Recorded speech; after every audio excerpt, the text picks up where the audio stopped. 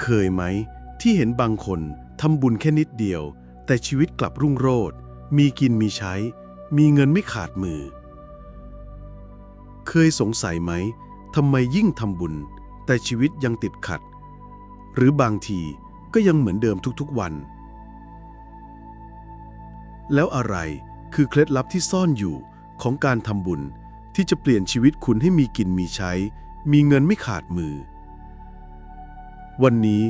เคยไหมพอดแคสต์จะพาคุณไปรู้จักกับต้นชายหนุ่มวัยทำงานผู้ซึ่งคุ้นเคยกับภาพผู้คนใส่บาตรเนืองแน่นหน้าตลาดใกล้ที่ทำงานทุกเช้าภาพที่ทำให้เขาเกิดคำถามในใจเสมอมาไม่ใช่แค่สงสัยว่าควรทำบุญอะไรหรือทำบุญแบบไหนแต่ลึกๆแล้วต้นอยากรู้ว่าการทำบุญที่แท้จริงควรเริ่มต้นจากอะไรทำบุญเป็นอาหารของแห้งปัจจัยหรือของใช้จำเป็นของพระสงฆ์ถึงจะดีที่สุดแล้วแต่ละอย่างจะส่งผลกับชีวิตเรายังไงแล้วบุญจะส่งผลให้เรามีกินมีใช้และชีวิตไม่ติดขัดได้จริงตอนไหนจากความสงสัยนี้ทำให้ต้นได้ค้นพบคำตอบที่คาดไม่ถึงมาร่วมติดตามเรื่องราวของต้นและเปิดเผยเคล็ดลับการทำบุญ3 สิ่งที่หากคุณได้รู้จะส่งผลให้ชีวิตคุณพบกับความอุดมสมบูรณ์มีกินมีใช้มีเงินไม่ขาดมือต้นชายหนุ่มวัยทำงานในเมืองหลวงที่ชีวิตดูเหมือนจะราบรื่นดีทุกอย่างในสายตาคนภายนอกเขามีหน้าที่การงานที่มั่นคงมีรายได้พอสมควรและไม่ได้กำลังเผชิญหน้ากับปัญหาชีวิตใหญ่โตที่บีบคั้นอะไรทว่าในใจของเขานั้นกลับมีคำถามเล็กๆที่ผุดขึ้นมาซ้ำๆทุกวันกลายเป็นความสงสัยที่ค้างคาอยู่ในห้วงความคิดเสมอมาและยิ่งนานวันก็ยิ่งชัดเจนขึ้นเรื่อยๆกิจวัตรประจำวันที่แสนคุ้นเคยของต้นคือการเดินผ่านตลาดหน้าปากซอยใกล้ที่ทำงานในทุกเช้าภาพที่เห็นจนชินตาคือผู้คนจำนวนมากที่มารอใส่บาตรพระสงฆ์หลายรูปเยินเรียงรายรับบิณฑบาตจากญาติโยมในชุดจีวรเหลืองอารามตั้งแต่เช้าตรู่ก่อนที่แสงแดดจะส่องสว่างไปทั่วท้องฟ้าต้นมองเห็นผู้คนหลากหลายวัยทั้งหนุ่มสาววัยกลางคนไปจนถึงผู้สูงอายุทุกคนล้วนมีสีหน้าที่เปี่ยมด้วยศรัทธาบางก็ถวายอาหารร้อนๆที่เพิ่งปรุงเสร็จใหม่ๆกลิ่นหอมกรุ่นลอยเตะจมูกบางคนมีข้าวสารอาหารแห้งถุงใหญ่หรือแม้แต่เครื่องกระป๋องที่เตรียมมาอย่างดีหรือบางทีก็เป็นปัจจัยใส่ซองถวายอย่างตั้งใจภาพเหล่านี้ทำให้ต้นเกิดคำถามในใจอยู่เสมอว่าแท้จริงแล้วการทำบุญที่แท้จริงควรเริ่มต้นจากอะไรความสงสัยของต้นไม่ใช่เพียงแค่เรื่องผิวเผินเขาสังเกตเห็นว่าบางคนดูเหมือนจะถวายของเพียงเล็กน้อยหรือทำบุญด้วยเงินจำนวนไม่มากนักแต่ชีวิตของพวกเขากลับดูเหมือนจะรุ่งโรจน์มีกินมีใช้ไม่ขาดมืออย่างน่าประหลาดในขณะที่บางคนดูเหมือนจะทำบุญอย่างหนักจัดเต็มทุกครั้งที่ทำบุญแต่ชีวิตก็ยังคงติดขัดหรือบางทีก็ยังคงเหมือนเดิมทุกๆวันไม่ได้ดีขึ้นอย่างที่คาดหวังตรงกันข้ามบางครั้งต้นก็เห็นคนถวายของที่ดูแปลกๆหรือดูน่าจะเป็นการลดภาระที่บ้านมากกว่าการตั้งใจถวายด้วยเจตนาบริสุทธิ์ทำให้ความสงสัยของต้นยิ่งเพิ่มพูนขึ้นไปอีกต้นเริ่มคิดว่าการทำบุญเป็นอะไรถึงจะดีที่สุดเป็นอาหารคาวหวานที่ปรุงสุกใหม่ๆหรือเป็นอาหารแห้งข้าวสารที่เก็บไว้ได้นานหรือปัจจัยที่เป็นเงินทองจะช่วยให้วัดนำไปใช้ได้ตรงจุดมากกว่าหรือเป็นของใช้จำเป็นที่พระสงฆ์ขาดแคลนและสิ่งสำคัญที่สุดที่เขาสงสัยคือแต่ละอย่างจะส่งผลกับชีวิตเรายังไงจะช่วยเรื่องการงานการเงินหรือสุขภาพและบนที่ทำนั้นจะส่งผลให้เรามีกินมีใช้และชีวิตไม่ติดขัดได้จริงตอนไหนคำถามเหล่านี้วนเวียนอยู่ในความคิดของต้นเสมอมาจนกลายเป็นแรงผลักดันให้เขาอยากจะหาคำตอบที่แท้จริงความสงสัยที่อัดอั้นอยู่ในใจมานานวันทำให้ต้นตัดสินใจว่าถึงเวลาแล้วที่จะต้องหาคำตอบแม้ชีวิตจะไม่ได้มีปัญหาใหญ่โตอะไรแต่การได้รู้ถึงแก่นแท้ของการทำบุญที่แท้จริงอาจช่วยเติมเต็มบางสิ่งที่เขาไม่รู้หรืออย่างน้อย ก็คลายข้อข้องใจที่ติดอยู่ในใจมาตลอดและในช่วงวันหยุดยาวที่กำลังจะมาถึงนี่แหละคือโอกาสอันดีที่สุดต้นตัดสินใจใช้ช่วงเวลานี้เดินทางกลับบ้านต่างจังหวัดไม่ใช่แค่เพียงเพื่อพักผ่อนแต่เพื่อไปเยี่ยมคุณปู่ของเขาผู้เป็นญาติผู้ใหญ่ที่ต้นเคารพรักและผูกพันด้วยมากที่สุดคุณปู่เป็นผู้เฒ่าผู้แก่ที่เปี่ยมด้วยปัญญามีความเข้าใจในชีวิตและธรรมะอย่างลึกซึ้งเนื่องจากท่านเคยผ่านการบวชเรียนมาหลายพรรษาทำให้ท่านมีความรู้และประสบการณ์ทางธรรมที่หาได้ยากยิ่งและที่สำคัญคือท่านเป็นผู้ที่ต้นไว้วางใจที่จะเปิดใจพูดคุยได้ทุกเรื่องเสมอบรรยากาศที่บ้านต่างจังหวัดนั้นแตกต่างจากในเมืองอย่างสิ้นเชิงความเงียบสงบความเรียบง่ายและอากาศที่บริสุทธิ์ทำให้จิตใจของต้นรู้สึกผ่อนคลายลงทันทีที่ก้าวเท้าเหยียบถึงบ้าน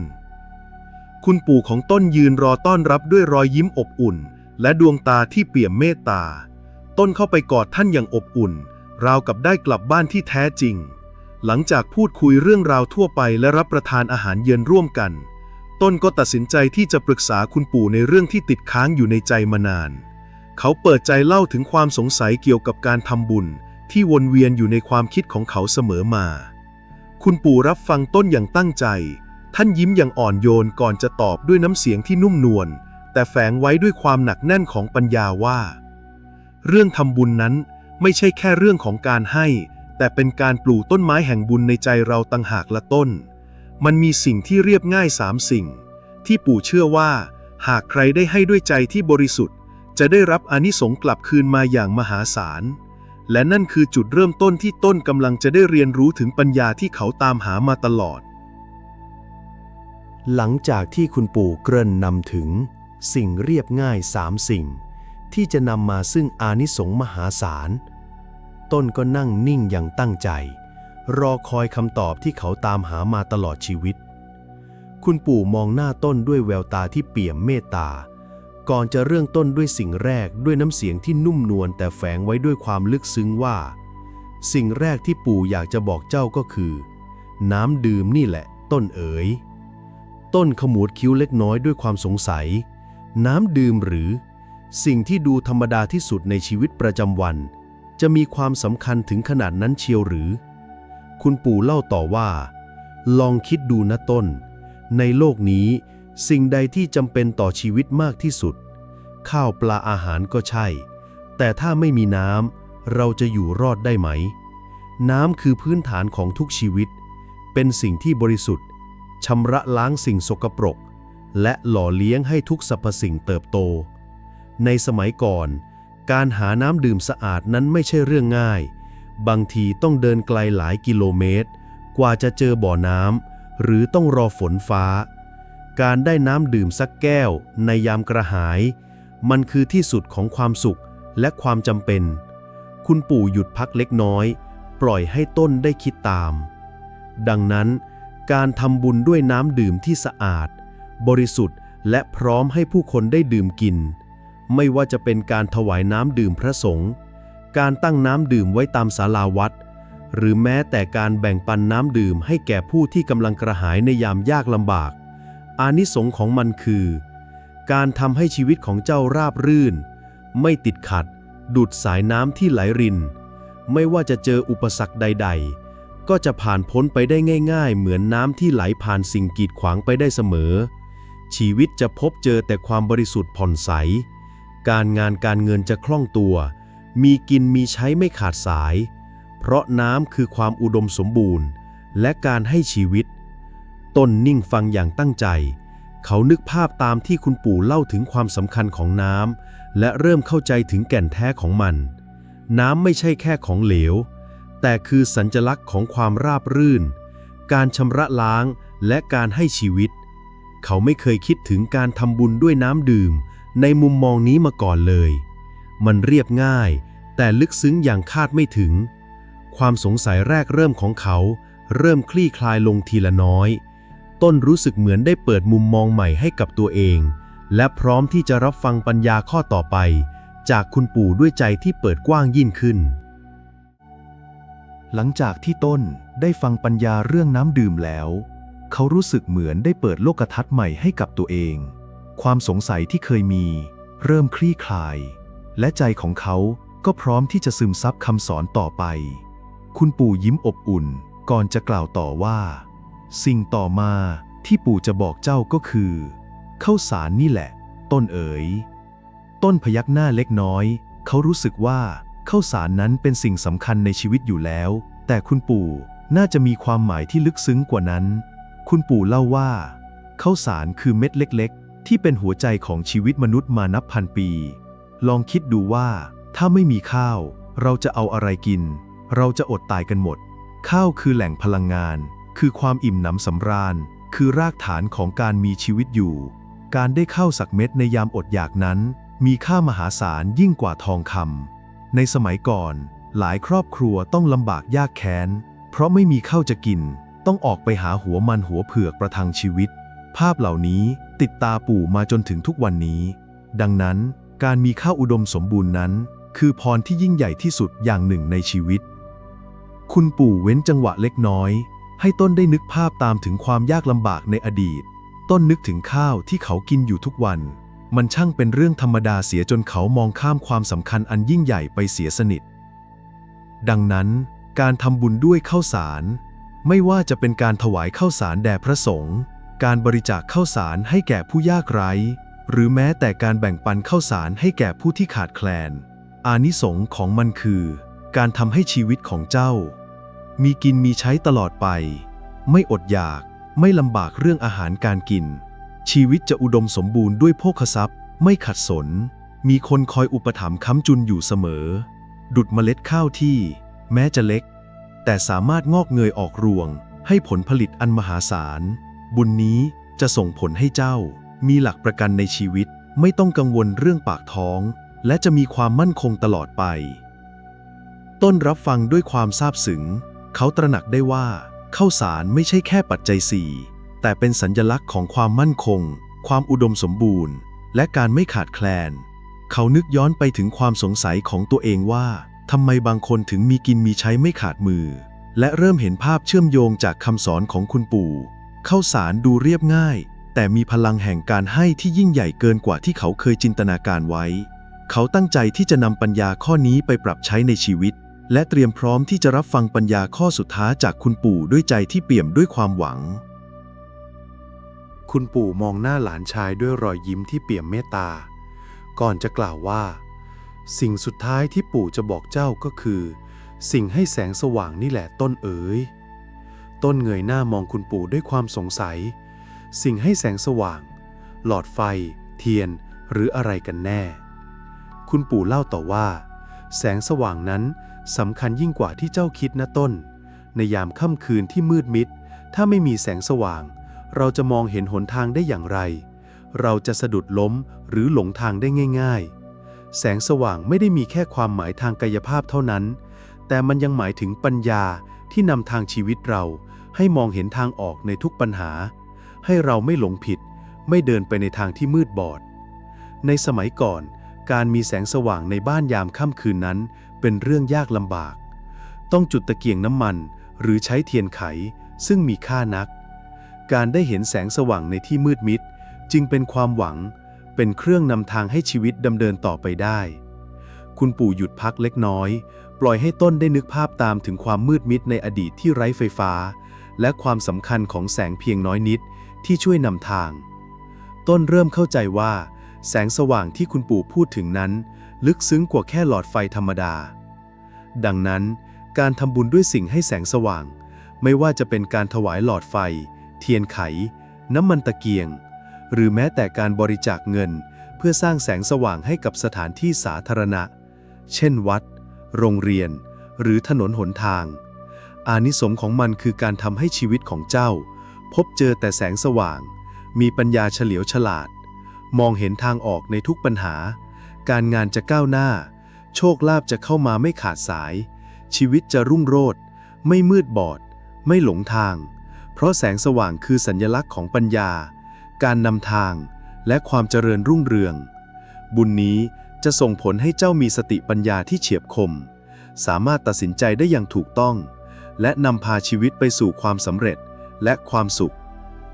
ต้นรับฟังด้วยความซาบซึ้งใจอย่างที่สุด เขาเข้าใจแล้วว่าแสงสว่างที่คุณปู่กล่าวถึงนั้นคือปัญญาที่ช่วยนำทางชีวิตให้ก้าวไปข้างหน้าอย่างมั่นคงไม่ใช่แค่มองเห็นทางกายภาพแต่เป็นการมองเห็นทางออกของปัญหาและโอกาสในชีวิตหลังจากที่ต้นได้ซึมซับปัญญาทั้ง3ข้อจากคุณปู่ไม่ว่าจะเป็นเรื่องของน้ำดื่มที่สื่อถึงความราบรื่นข้าวสารที่หมายถึงความอุดมสมบูรณ์และสิ่งให้แสงสว่างที่เป็นสัญลักษณ์ของปัญญาและความรุ่งโรจน์เขารู้สึกขอบคุณคุณปู่จากใจจริงและเข้าใจแล้วว่าการทำบุญที่แท้จริงไม่ได้อยู่ที่ปริมาณหรือความใหญ่โตของสิ่งของที่ถวายแต่อยู่ที่แก่นแท้3ประการคือ 1. เจตนาที่บริสุทธิ์เป็นการคิดดีก่อนทำ 2. การให้สิ่งที่เป็นประโยชน์แก่ผู้รับอย่างแท้จริงเป็นการเลือกให้สิ่งที่ผู้รับต้องการและได้ใช้ประโยชน์และ 3. การให้ด้วยใจที่เบิกบานไม่หวังผลตอบแทนเป็นการทำด้วยความยินดีไม่ยึดติดในผลบุญคุณปู่ยังย้ำทิ้งท้ายไว้ว่าแม้จะทำบุญด้วยสิ่งใดๆก็ตามหากขาด3หลักการเหล่านี้บุญนั้นก็อาจไม่ส่งผลอย่างเต็มที่เพราะใจนี่แหละคือหัวใจสำคัญของการสร้างบุญจากวันนั้นเป็นต้นมาต้นได้นำสิ่งที่เรียนรู้จากคุณปู่กลับมาปรับใช้ในชีวิตประจำวันของเขาเริ่มใส่บาตรด้วยจิตใจที่เข้าใจแก่นแท้มากขึ้นไม่ใช่แค่ทำตามประเพณีแต่เป็นการให้ด้วยความตั้งใจที่จะแบ่งปันสิ่งจำเป็นและเป็นประโยชน์เขามองเห็นความสำคัญของการให้น้ำดื่มที่สะอาดการแบ่งปันข้าวสารและการสนับสนุนสิ่งที่เป็นแสงสว่างแห่งปัญญาไม่ว่าจะเป็นการบริจาคเพื่อการศึกษาหรือเพื่ออำนวยความสะดวกให้วัดวาอารามมีแสงสว่างในการทำกิจกรรมทางธรรมชีวิตของต้นไม่ได้มีปัญหาคลี่คลายอย่างอัศจรรย์ในชั่วข้ามคืนแต่สิ่งที่เปลี่ยนไปอย่างชัดเจนที่สุดคือมุมมองของเขาที่มีต่อการทำบุญและชีวิตเขาเข้าใจแล้วว่าบุญไม่ได้เป็นแค่การขอหรือแลกเปลี่ยนแต่เป็นการปลูกสิ่งดีๆลงในใจและสังคมเมื่อแก่นแท้ทั้ง3ประการครบถ้วนผลบุญนั้นก็จะงอกงามและส่งผลกลับมาในรูปแบบของความราบรื่นความอุดมสมบูรณ์และสติปัญญาที่นำทางชีวิตให้ก้าวหน้าต้นรู้สึกถึงความสงบในใจมากขึ้นการงานและเงินของเขาไม่ได้ติดขัดเหมือนแต่ก่อนและเขาก็มีสติในการตัดสินใจเรื่องต่างๆได้ดีขึ้นทำให้ชีวิตพบเจอแต่สิ่งดีๆและมีเงินไม่ขาดมืออย่างแท้จริงเรื่องราวของต้นเป็นเครื่องยืนยันว่าปัญญาที่แท้จริงอาจอยู่ใกล้ตัวเราและการเริ่มต้นทำบุญด้วยความเข้าใจจะเป็นก้าวแรกสู่ชีวิตที่อุดมสมบูรณ์มีกินมีใช้ตลอดไปเงินไม่ขาดมือและชีวิตราบรื่นไร้อุปสรรคเรื่องราวของต้นและคำสอนของคุณปู่คงทำให้เราได้เห็นแล้วว่าน้ำดื่มข้าวสารและสิ่งให้แสงสว่างในความหมายที่ลึกซึ้งนั้นมีความสำคัญอย่างไรและแท้จริงแล้วหัวใจของการสร้างบุญให้เกิดอานิสงส์คือ 1. เจตนาที่บริสุทธิ์ 2. การให้สิ่งที่เป็นประโยชน์แก่ผู้รับอย่างแท้จริงและ 3. การให้ด้วยใจที่เบิกบานไม่หวังผลตอบแทนจำไว้ว่าการทำบุญไม่ได้อยู่แค่ปริมาณแต่อยู่ที่แก่นแท้ทั้ง3ประการนี้เพื่อให้ชีวิตของคุณราบรื่นมีกินมีใช้และเปี่ยมด้วยปัญญาที่นำทางในทุกเส้นทางถ้าคุณเคยมีประสบการณ์คล้ายๆกับต้นหรือมีวิธีจัดการกับการทำบุญในแบบของคุณที่อยากแบ่งปันลองคอมเมนต์เล่าเรื่องราวของคุณไว้ใต้คลิปนี้ได้เลยนะครับเผื่อว่าเรื่องราวของคุณจะเป็นประโยชน์ให้กับผู้อื่นที่กำลังแสวงหาคำตอบเหล่านี้อยู่ครับหากฟังแล้วรู้สึกดีหรือฟังแล้วคิดถึงใครที่อยากให้เขาได้ฟังเรื่องราวนี้ลองแชร์คลิปนี้ไปให้เขาดูนะครับกดติดตามช่องเคยไหมพอดแคสต์เพื่อไม่พลาดเรื่องราวดีๆที่จะช่วยให้คุณเข้าใจชีวิตและธรรมะมากขึ้นพบกันใหม่ในตอนหน้ากับเคยไหมพอดแคสต์สวัสดีครับ